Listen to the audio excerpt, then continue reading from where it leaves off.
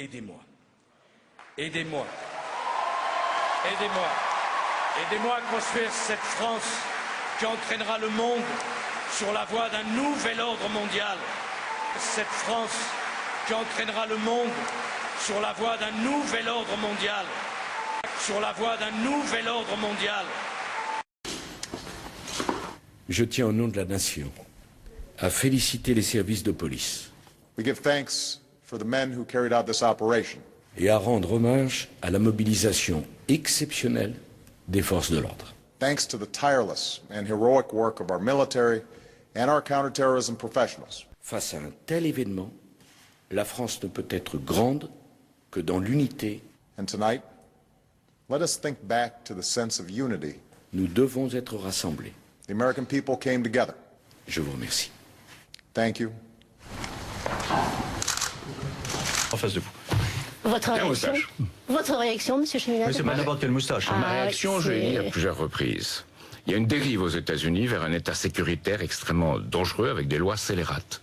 Et Barack Obama en particulier a couvert et inspiré une loi, National Defense Authorization Act, qui permet à l'État américain, l'exécutif, sans même procédure judiciaire, même pas décision de justice sans procédure judiciaire, de s'en prendre à n'importe qui dans le monde sur le prétexte qu'il appartiendrait à Al-Qaïda, qui serait terroriste ou ennemi de l'État américain.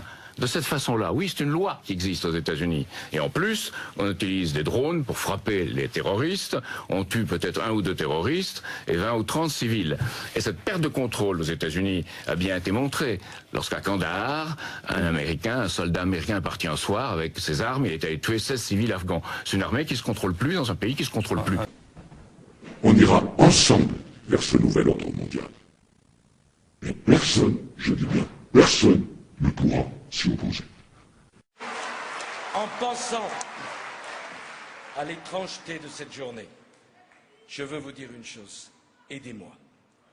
Aidez-moi. Aidez-moi. Aidez-moi à construire cette France qui entraînera le monde sur la voie d'un nouvel ordre mondial. Qui entraînera le monde sur la voie d'un nouvel ordre mondial. Sur la voie d'un nouvel ordre mondial. En pensant à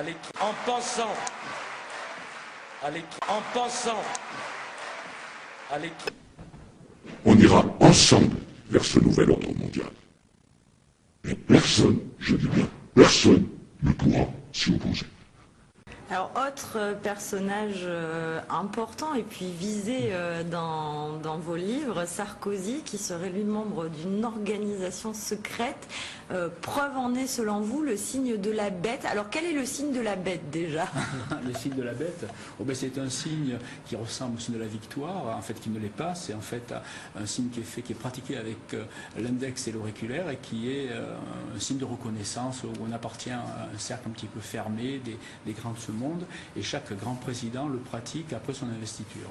Et M. Sarkozy n'y a pas échappé. Ah.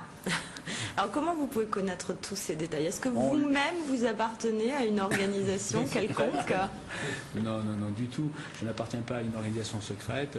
Je fais partie d'une association très connue, souvent controversée à tort, qui quelquefois fait la une des journaux parce qu'on n'a pas trop grand-chose à se mettre sous la dent. Mais enfin, il y a beaucoup de fantasmes, on peut la beaucoup citer, de légendes. Cette organisation? Oui, on peut la citer. Il s'agit de la franc-maçonnerie. Voilà. De toute façon, dans le bouquin, j'en parle assez librement. Donc voilà.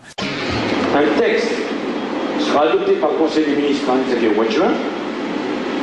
Chaque centime d'euro d'intéressement que vous donnerez en plus aux salariés vous vaudra un crédit d'impôt de 20%.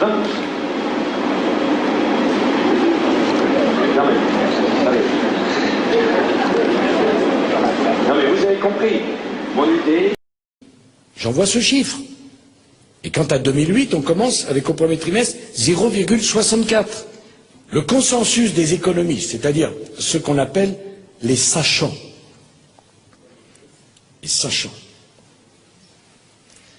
ils disaient ça sera 0,3, circulez, il n'y a plus rien à voir.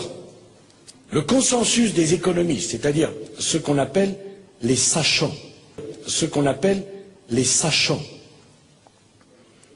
les sachants.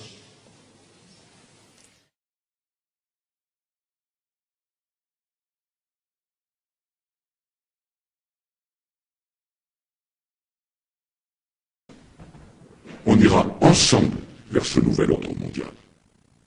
Et personne, je dis bien, personne ne pourra s'y opposer.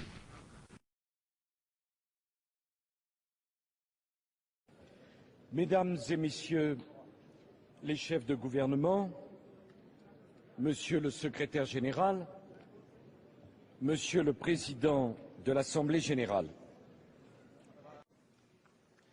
tenir nos engagements pour le financement, pour le développement, imaginer des financements innovants, faire toute sa place à l'Afrique notamment dans la nouvelle gouvernance mondiale. Je ne me lasserai pas de le répéter du haut de cette tribune. Nous sommes au XXIe siècle, nous ne pouvons pas continuer avec la gouvernance du XXe siècle. L'année qui vient, c'est l'année de tous les changements possibles. Vous êtes les chefs d'État et de gouvernement du monde. Après la crise, ne retombons pas dans les mauvaises habitudes et dans le train-train quotidien.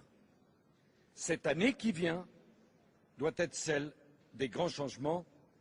Vous l'avez compris, la France souhaite y participer, non pas bien sûr pour faire des discours, non pas bien sûr pour donner des leçons, mais pour entraîner le monde entier vers une nouvelle gouvernance mondiale, vers une plus grande solidarité et vers l'émergence de financements innovants.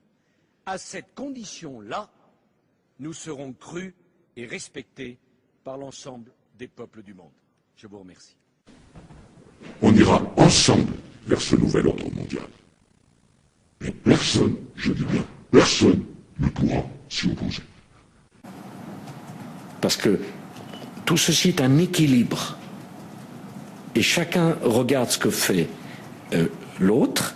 Et c'est ça peut-être peut-être la nouvelle gouvernance mondiale. Et la mise en œuvre de ce devoir de protection. Et je dois penser aussi aux pays qui se sont abstenus, comme la Russie et comme la Chine. C'est très important. Et aux autres, pardon ? Mais l'Allemagne est dans l'Europe. Et donc nous sommes mis d'accord sur un texte. La Russie et la Chine n'ont pas participé à la réunion de ce soir. Mais c'est extrêmement important tout ça. Et la Ligue arabe, et la difficulté de chacun, et la sensibilité des opinions arabes. Mais c'est à ces conditions très précises et très rigoureuses que cette opération pourrait être qualifiée de succès pour l'avenir. Nous n'avons pas le droit d'outrepasser la légalité internationale. Mais nous n'avons pas le droit non plus de partir avant que notre devoir de protection ait été complètement mis en œuvre. Voilà les deux lignes rouges que nous avons. C'est ça peut-être peut-être la nouvelle gouvernance mondiale.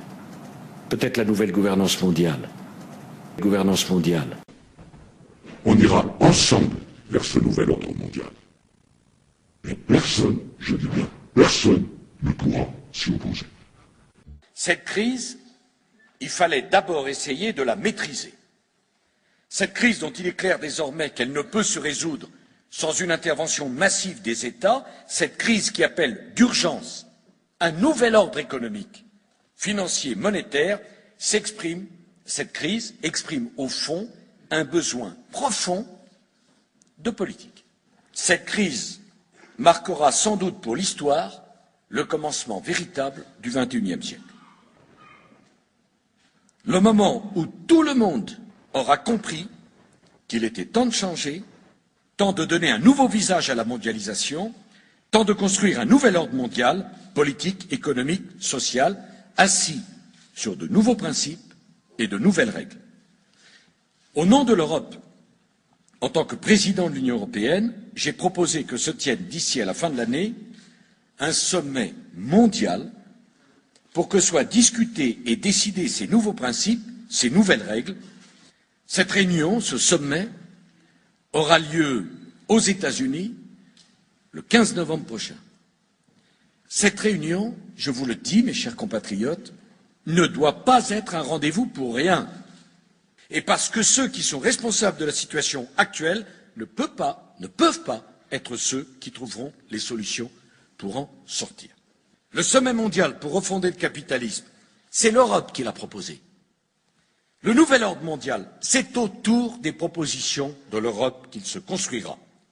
Il faut que l'Europe se donne les moyens de jouer le rôle qui doit être le sien dans le monde nouveau qui est en train de naître. Il faut que l'Europe se prépare. Il ne faut pas que l'Europe soit la variable d'ajustement du nouvel ordre mondial. Dans le monde qui vient, l'Europe aura besoin d'un plus grand volontarisme que par le passé. Plus que jamais, l'Europe prend conscience qu'elle a besoin d'un véritable gouvernement économique, dont elle vient d'expérimenter ce qu'il pourrait être et l'utilité qu'il pourrait avoir. Ce gouvernement économique, c'est tout naturellement l'Eurogroupe qui doit en être le cadre. On ira ensemble vers ce nouvel ordre mondial. Et personne, je dis bien, personne ne pourra s'y opposer. C'est un véritable New Deal à l'échelle planétaire qui est nécessaire. Un New Deal écologique et économique. Au nom de la France, j'appelle tous les États à se réunir pour fonder le nouvel ordre mondial du XXIe siècle sur cette idée forte que les biens communs de l'humanité doivent être placés sous la responsabilité de l'humanité tout entière. We have before us the opportunity to forge for ourselves and for future generations a new world order, a world where the rule of law, not the law of the jungle, governs the conduct of nations.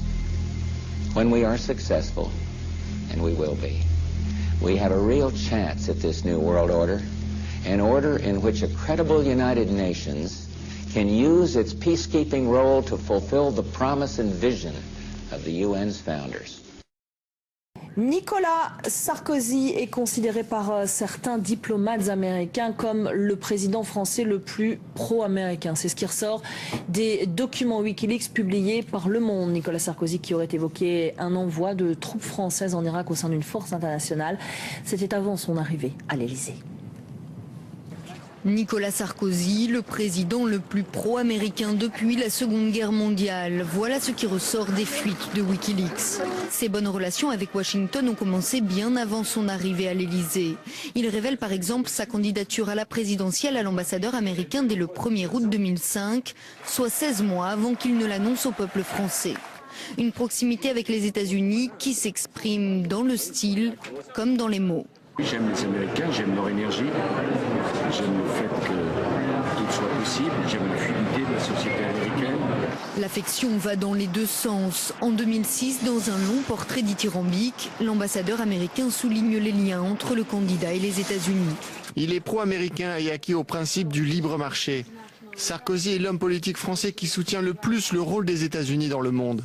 La même année, celui qui va devenir président va même jusqu'à laisser entendre qu'une fois élu, il pourrait envoyer l'armée française en Irak. Sarkozy a déclaré que la France et la communauté internationale allaient devoir aider les États-Unis à résoudre la situation en Irak. Peut-être en remplaçant l'armée américaine par une force internationale. Mais les télégrammes des diplomates américains sont parfois moins positifs. Certains évoquent le mauvais caractère de Nicolas Sarkozy, d'autres le décrivent comme autoritaire, susceptible, frénétique, très irritable ou impulsif. L'un d'eux, intitulé « Personne pour lui dire non », souligne que ses proches évitent à tout prix de le contredire ou de provoquer son mécontentement. On ira ensemble vers ce nouvel ordre mondial. Et personne, je dis bien, personne ne pourra s'y opposer.